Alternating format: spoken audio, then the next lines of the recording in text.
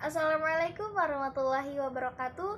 Kami dari kelompok 10 pada mata kuliah Geometri Euclid ingin membahas tentang luas bangun datar dengan dosen pengampu Bapak Arif Abdul Haq, SSI MPD. Sebelumnya saya ingin memperkenalkan anggota dari kelompok 10, yaitu saya sendiri Maudi Hidayati dengan nomor induk mahasiswa 21081050552 dan teman saya Nisa Alfi Syahrin dengan nomor induk mahasiswa 21081050064. Pemateri pertama yaitu saya sendiri dan pemateri kedua teman saya Nisa Alfi Syahrin. Yang pertama di sini ada pengertian. Pengertian luas adalah besaran yang menyatakan ukuran permukaan.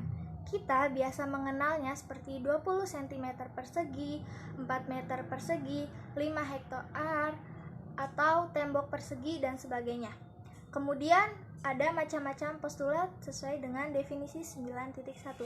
Yang pertama ada postulat luas, yaitu bilangan positif yang disebut luas untuk menyatakan tiap daerah segi banyak luas dari daerah R dan dinotasikan dengan L dalam kurung R.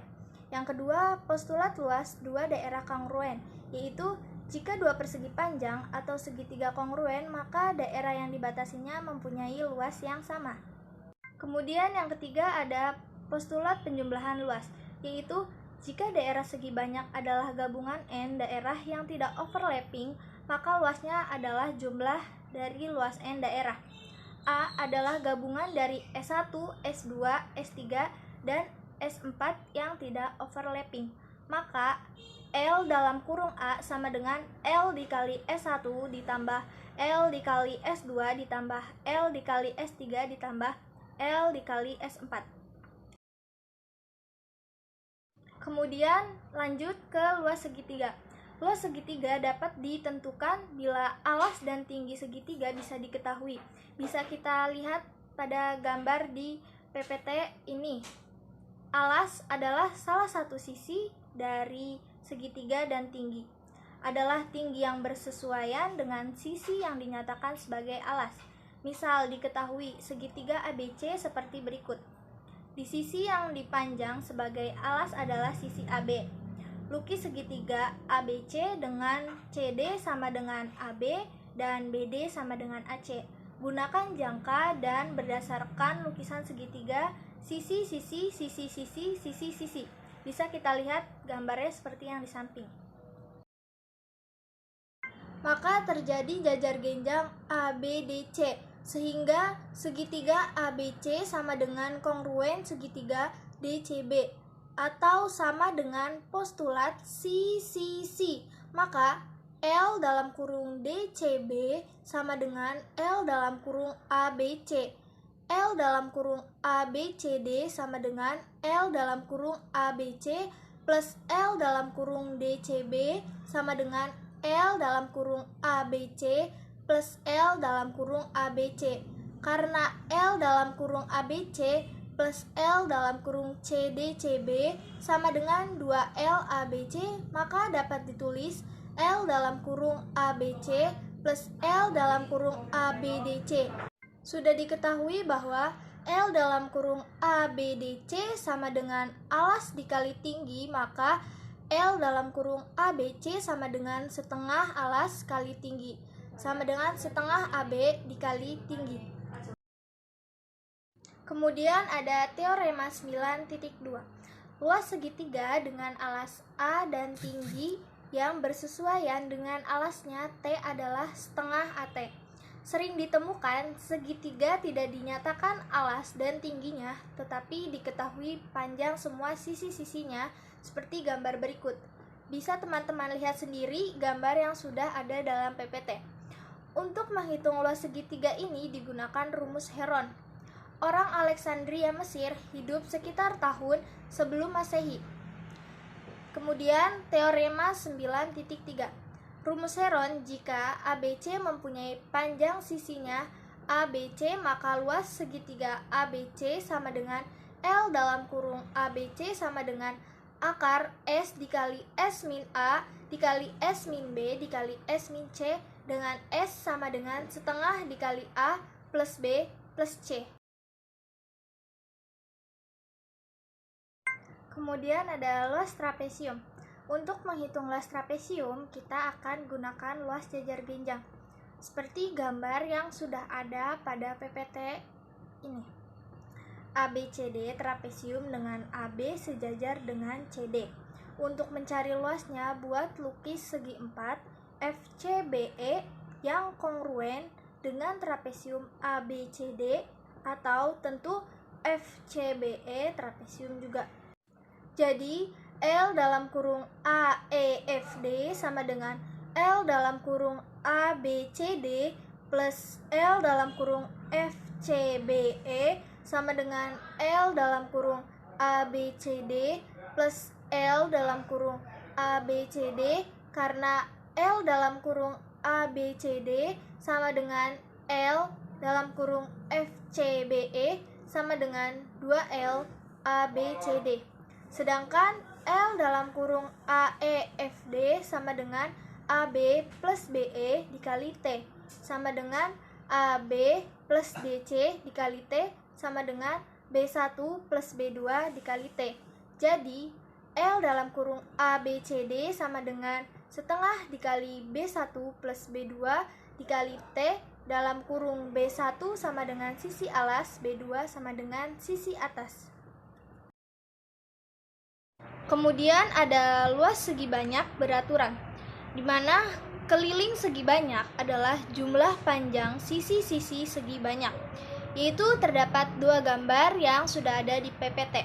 Misalnya keliling segi 5 ABCDE, yaitu keliling sama dengan AB plus BC plus CD plus DE plus EE.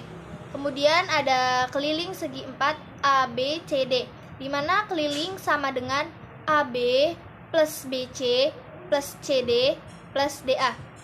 Setelah itu ada apotema segi banyak beraturan, yaitu jarak dari pusat ke sisi segi banyak. Bisa teman-teman lihat sendiri gambar yang telah ada di PPT. Selanjutnya ada segi 6 beraturan, yaitu luas segitiga ABO sama dengan setengah AS, keliling segi 6 sama dengan 6S, luas segi 6 sama dengan 6 dikali setengah AS sama dengan 3AS sama dengan setengah A dikali 6S sama dengan setengah dikali A dikali K. Kemudian ada segi 8 beraturan, di mana luas segitiga ABD sama dengan setengah AS, keliling segi 8 sama dengan 8AS, luas segi 8 sama dengan 8 dikali setengah AS sama dengan 4AS sama dengan setengah A dikali 8S sama dengan setengah dikali A dikali K. Kemudian yang terakhir segi 4 beraturan atau persegi, yaitu di mana luas segitiga ABO sama dengan setengah AS, keliling segi 4 sama dengan 4S, luas segi 4 sama dengan 4 dikali setengah AS sama dengan 2AS sama dengan setengah A dikali 4S sama dengan setengah dikali A dikali K. Lalu pada teorema 9.4, misalnya diketahui segi N beraturan dengan panjang sisi N dan apotema A, luas segi N tersebut adalah L sama dengan setengah ANS sama dengan setengah AK dengan keliling K, K sama dengan NS. Contoh, suatu segi 4 beraturan atau persegi mempunyai sisi 5. Berapakah luasnya? Jawab, luas segi 4 beraturan sama dengan luas persegi sama dengan 5 dikali 5 sama dengan 25 dengan menggunakan rumus luas segi N beraturan. Jadi L sama dengan setengah ANS sama dengan setengah dikali 21/2 kali 4 dikali 5 sama dengan 5 dikali 5 sama dengan 25. Atau L sama dengan setengah AK sama dengan setengah dikali 21/2 kali 4 kali 5 sama dengan setengah dikali 50 sama dengan 25. Selanjutnya, pemateri kedua akan dilanjutkan oleh teman saya, yaitu Nisa Alfi Syahrin. Materi selanjutnya yaitu perbandingan keliling dan luas segi banyak yang sebangun. Misalkan ada dua persegi panjang, yang pertama panjangnya 8 cm, lebarnya 6 cm. Yang kedua panjangnya 6 cm, lebarnya 1/2 cm. Keliling persegi panjang 1 yaitu 2 dikali 8 ditambah 6 cm sama dengan 28 cm. Keliling persegi panjang yang kedua yaitu 2 dikali 6 ditambah 4,5 cm sama dengan 21 cm. Luas persegi panjang 1 sama dengan 8 cm dikali 6 cm, yaitu 48 cm. Luas persegi panjang yang kedua 6 cm dikali 4,5 cm, yaitu 27 cm. Perbandingan keliling kedua persegi panjang yaitu 28 dibagi 21 sama dengan 4/3. Perbandingan luasnya yaitu 48 dibagi 27 sama dengan 16/9 sama dengan 4/3 pangkat 2. Kemudian ada sebuah contoh dari kedua gambar yang ada di PPT. Keliling ABCDE sama dengan 5 ditambah akar 5 ditambah 2 akar 2. Keliling PQRST sama dengan 7 1/2 ditambah 3/2 akar 5 ditambah 3 akar 2. Perbandingannya sama dengan 5 ditambah akar 5 ditambah 2 akar 2 dibagi 3/2 dikali 5 ditambah akar 5 ditambah 2 akar 2 sama dengan 2/3.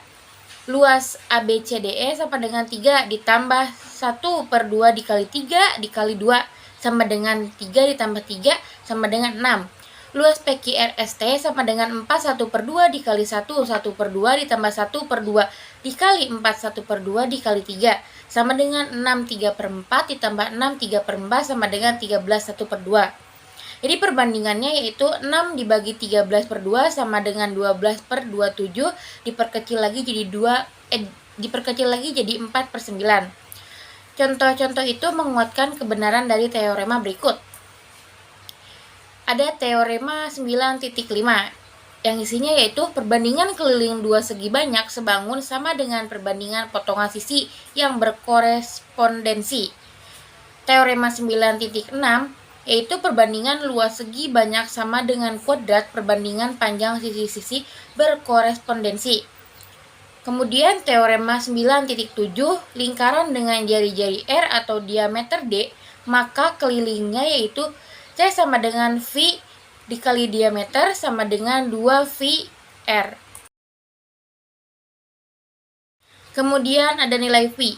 Perbandingan keliling lingkaran C dengan diameter lingkaran D yaitu 3/D adalah bilangan real yang sama untuk setiap lingkaran dan dinotasikan dengan V. Nilai C/D adalah bilangan irasional, tidak dapat dinyatakan secara eksak sebagai desimal. Beberapa pendekatan untuk C/D adalah 3,14, 22/7 dan 3,14159. Kemudian ada luas lingkaran. Luas lingkaran dihitung dengan pendekatan luas segi N beraturan yang mempunyai lingkaran luar bila N bernilai besar. Kemudian ada definisi 9,6. Luas lingkaran adalah bilangan yang didekati oleh luas segi N beraturan dalam lingkaran dengan mengambil N besar. Rumus luas lingkaran yaitu VR kuadrat.